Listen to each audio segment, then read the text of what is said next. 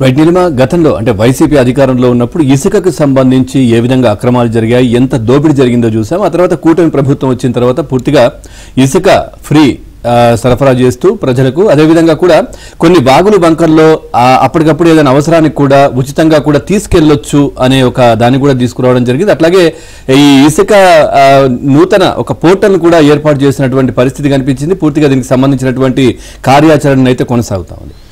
చూద్దాం. ఉచిత ఇసుక హామీకి తమ ప్రభుత్వం కట్టుబడి ఉందని, వ్యక్తిగత అవసరాల కోసం వాగులు వంకల నుంచి ఇసుకను పూర్తిగా ఉచితంగా తీసుకోవచ్చని ఏపీ ముఖ్యమంత్రి చంద్రబాబు స్పష్టం చేశారు. రాష్ట్ర సచివాలయంలో ఉచిత ఇసుక నూతన పోర్టల్ను ఆవిష్కరించారు. ఈ పోర్టల్ ద్వారా ప్రజలు 24 గంటలు ఇసుక బుకింగ్ చేసుకునే అవకాశం కల్పించాలని అధికారులను ఆదేశించారు.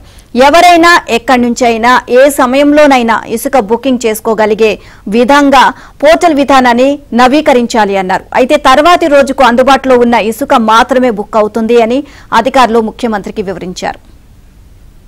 ప్రజల సౌకర్యార్థం దానిని వారం రోజులకు పెంచాలని అధికారులను సీఎం ఆదేశించారు.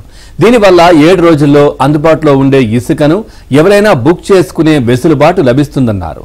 ప్రతి ఒక్కరూ ఇసుకను పొందగలిగే విధంగా పారదర్శకతకు పెద్దపీట వేయాలన్నారు. నిన్న చిన్న చిన్న వాగులు కావచ్చు, వంకల్లో ఉండే ఇసుకను సమీప గ్రామాల ప్రజలు ఉచితంగా తీసుకువెళ్లే విషయంలో ఇబ్బందులు పెట్టొద్దని, వారు తమ వ్యక్తిగత అవసరాల కోసం ఎలాంటి రుసుం చెల్లించకుండా ఇసుక తీసుకువెళ్లగలిగేలా నిబంధనలను రూపొందించాలని అధికారులను ఆదేశించారు.